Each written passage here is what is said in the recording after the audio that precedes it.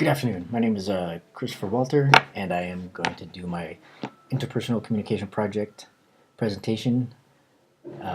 This is for HSCO 508. And I will let you know when to go to the next slide by saying next. And what I'm going to be going over will be some of my overarching goals and how I will carry out these goals.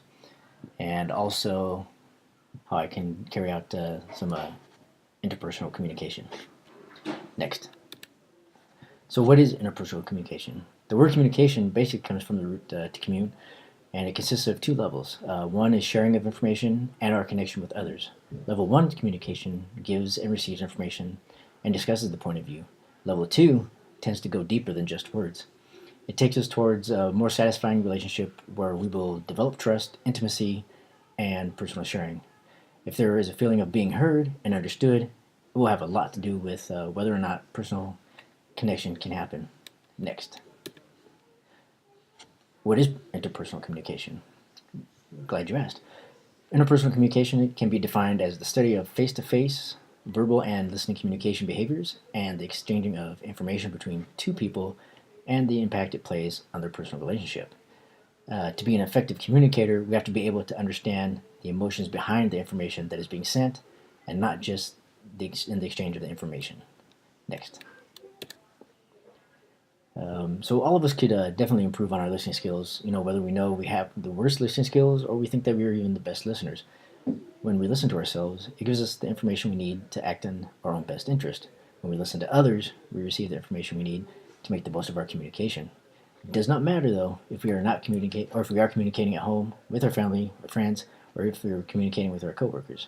When we actually listen to the other person, we are letting them know that they are important. When we listen to our coworkers, it fosters teamwork, trust, and a sense of belonging to a group.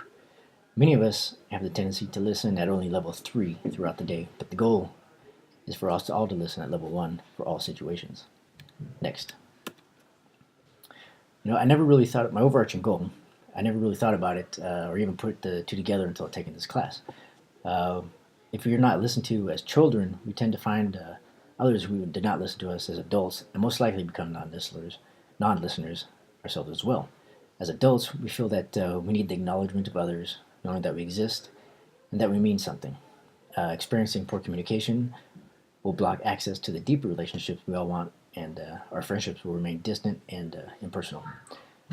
Effective listening is extremely important and is crucial to how we communicate our wants and needs in an interpersonal relationship. My goal is to become more aware of my thought process, which usually results in me having negative thoughts and feelings of frustration when I'm not understanding what the other person is saying right away, or if they're not understanding me. Next. So, enlarging the conversation. One of the most effective listening skills is being able to listen to the nonverbals by closely observing their facial expressions of the sender. It will reveal just how much communication is being conveyed to us through their facial expressions, such as their face color, how it changes, how they talk, or as they talk about their feelings, the movements of the lips, cheek muscles, mouth, and even their eyebrows. And I tend to move my eyebrows a lot. It will give you an idea about what is going on internally with the person you are listening to. Also, listening to the emotional talker is another listening skill that can assist us with being aware of what is not being verbally expressed. A skilled listener will hear more than what is being said to the speaker or by the speaker. A skilled listener listens to the speaker's pitch, rate, and the subtle variations of the tone of voice the talker is communicating. Next. It's more of an enlarging conversation. When we enlarge the conversation, it requires us to engage ourselves and step outside of our comfort zone that we're all, pretty much comfortable being in. To help us with this, we need to be willing to try new things and be willing to change the way we think and feel. Some things we can do are, or I can do, find areas of common interest. A lot of people are interested in sports, so that's a definite way to get the conversation started. Learn more about another culture. Be open to the familiar and be receptive, to what they, to their opinion and what they have to say. Next. My background, I'm a Native American Hispanic. Obviously, I'm a male. I was adopted. I had one parent who is college educated. I'm the youngest of two. Think of myself as determined, ambitious, and strong-willed. Some positive influences our family values. I have an extremely supportive spouse. I adjust easily to my environment, and I do have a funny sense of humor. Only my daughter, though, laughs at my dad jokes. Some negative influences. I tend to get unfocused, and it's hard to get refocused. I have a PTSD, TBI. I do have some memory loss. I get irritable pretty easy, and I have some anxiety, which goes with goes without saying. Of 3 deployments. Next, behavioral blend. So basically, the behavioral blend can be best described in the DISC, the personality assessment. That there are 4 basic types: the D, I, S, and C, which are known as temperaments. They are blended together to determine our unique personalities, and they were originally designed by Dr. John Grier. It stands out as one of the most reputable profiles today. So, personality model D was dominating, directing, and demanding. I was inspiring, influencing, inducing.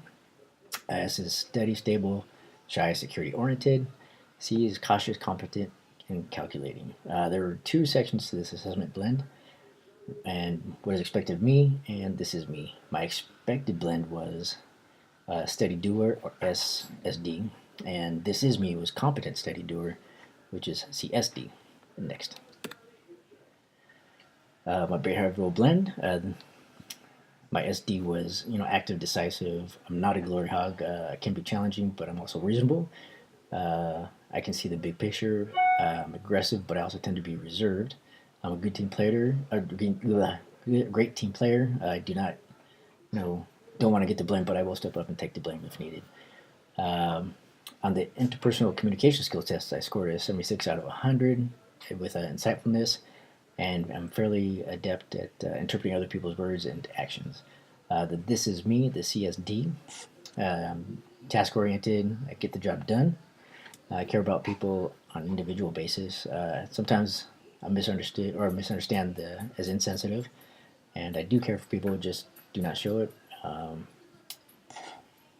a natural achiever. I'd like to plan things out, and I do tend to prepare more than others. Next. Some of my Beverly Hills Blend positive influence would be outgoing, active, bold, strong, risk-taking, courageous, forceful, strong-willed. I can be controlling. I like to take charge at times. Devoted and dedicated. That's definitely, with the being in the military for so long. And also, I'm helpful in assisting. Next. Some negative influences. Calculating, analytical. I can be careful and cautious. Straight and conforming. Shy and mild. Deep, intense. I don't tend to be merry and cheerful too much. Next. Some of my potential barriers. Filters. I definitely don't have filters. I will say almost whatever, whenever, and with whoever around, which can get me into trouble. Defensiveness. I'll become defensive in conversations sometimes too quickly. I don't even realize that I'm doing it. My wife will usually have to tell me that I'm doing this. Irritability. I tend to become irritable very quickly, but I do take some medication for that, so that kind of helps out there. Physical. I'll get hungry. Sleep. Lack of sleep, VA appointments, and the constant level of pain that I'm in. Next, some dealing with the potential barriers. Focus on keeping my emotions in control. Remember, I cannot control my VA appointments and what happens there. Try to get enough sleep. Remember to take my medication at night. Avoid projecting myself onto others. Be aware of my feelings and others when communicating.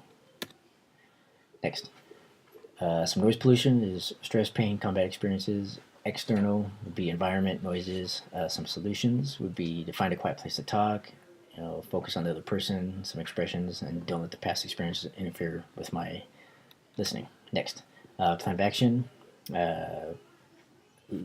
Practice the listening skills that I've learned and implement them into my conversations. Focus on the person, nonverbal expressions, and their tone of voice. And remember, I do not own the problem, they own the problem. Next. Basically, in closing, up until I took this class and I realized just how poor of a communicator I actually was. I know that if I had not taken this class, I would have been an ineffective counselor as well. I would constantly wonder why I was unable to help the people who came to me. I found out that I've been able to apply some of the techniques from Peterson's book into my marriage, and it has definitely improved our communication. And I know my wife really appreciates it. I have to remember, to be patient with others and not get instantly frustrated with them when I do not understand them or get defensive when they're talking about something I do not like or want to talk about. So yeah, this class has made me do a lot of thinking whether I wanted to or not, and I did find that this class has helped me deal with some issues I have in my life.